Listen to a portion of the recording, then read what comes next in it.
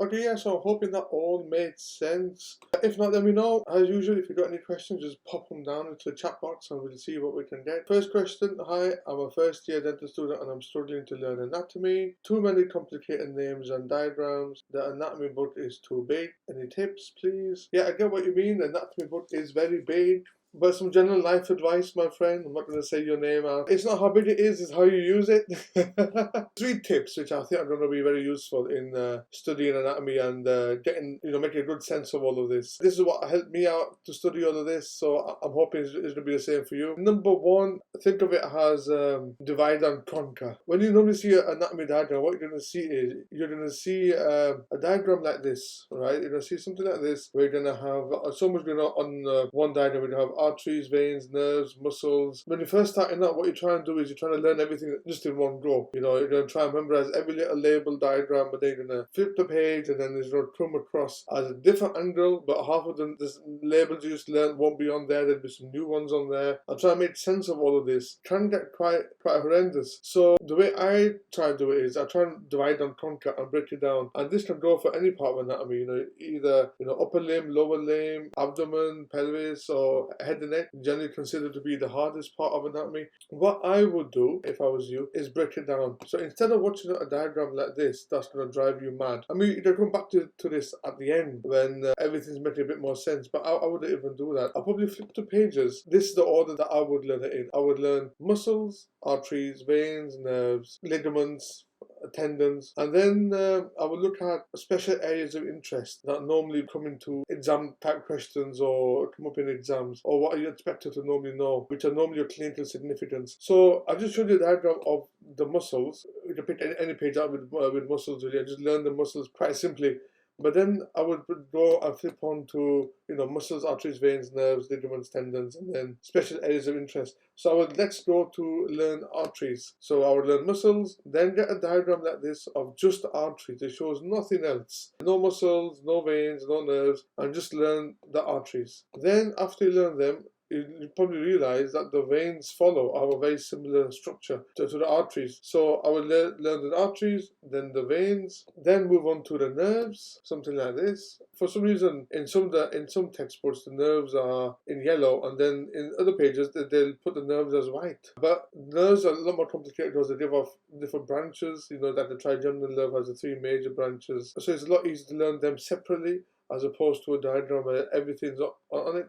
Followed by ligaments, if you got the upper limb, or ligaments generally, and tendons, and then what I would call the special areas of interest. So every region of anatomy will have some parts which are of very clinical significance. I'll give you an example. If you look at the neck, right, you got the carotid sheath. A common question would be, what's the contents of the carotid sheath? Or, the carotid triangle. Let's bring that up as well. The carotid triangle. What's the contents of the carotid triangle? Or even what muscles make up the border of the carotid triangle? So that would be tip number 1. Break it down. Break it down into muscles, arteries, veins, nerves, and then ligaments, tendons, and then finally the special areas of interest. That would be tip number 1, divide and conquer. Tip number 2, I would say, is have a look at multiple diagrams and always start from the origin. When you see a diagram and then you flip the page and then you see artery or vein in a different position, I'll give you an example of what I mean. If you're learning, say, the arteries now of the neck or even the head, you're seeing that the terminal branches, the end part of the artery, if you look at where they come from, it's a lot easier to learn. So here we go. This is the arch of the aorta going down to there'll be the heart here and the arch of the aorta, and then it gives up the brachial cephalic trunk, and then it branches off, and then you can see it going right to the top, the middle cerebral artery that's inside.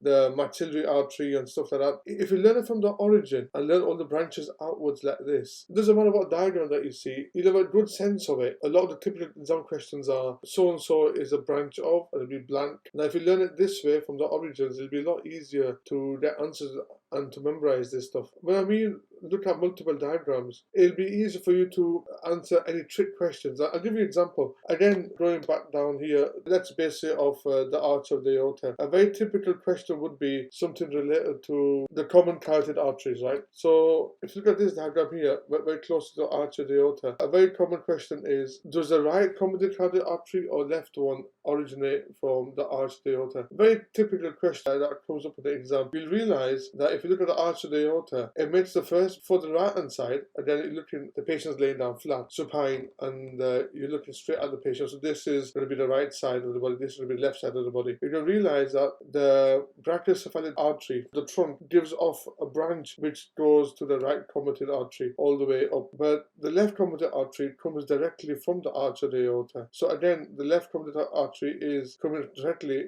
from the arch of the aorta, but the right carotid artery is actually a branch of the brachiocephalic trunk. Now, if you're going to just learn a diagram with there's 100 different things on there, you can very easily miss something like this. So it's very important to look at multiple diagrams and start from the origin. That would be tip number 2. Tip number 3, what I would say, what helped me a lot, is look at the, if you see a lot of these words, they'll be, very alien words, words that you've not really come across before. That's because a lot of the origins of these words in anatomy are from Greek or Latin. But if you look at the origins, it'll make a sense of why certain things are named a certain way, and it'll hopefully make it a lot easier to remember. So if you're looking at the example of upper limb, biceps, bi meaning 2, ceps meaning head. So if you look at muscle of biceps, it's got 2 heads. Or if you look at head neck anatomy, let's bring the most common example people use, the sella turcica in the Mediterranean fossa, right in the middle of the sphenoid bone. Even sphenoid itself, is it Latin or Greek for wedge shape? One of them. So sella turcica is Latin itself, meaning Turkish saddle. Now let's get a diagram of the Turkish saddle up. Yeah, here we go. So if you look at it this way, this is from the lateral view, the sella turcica. But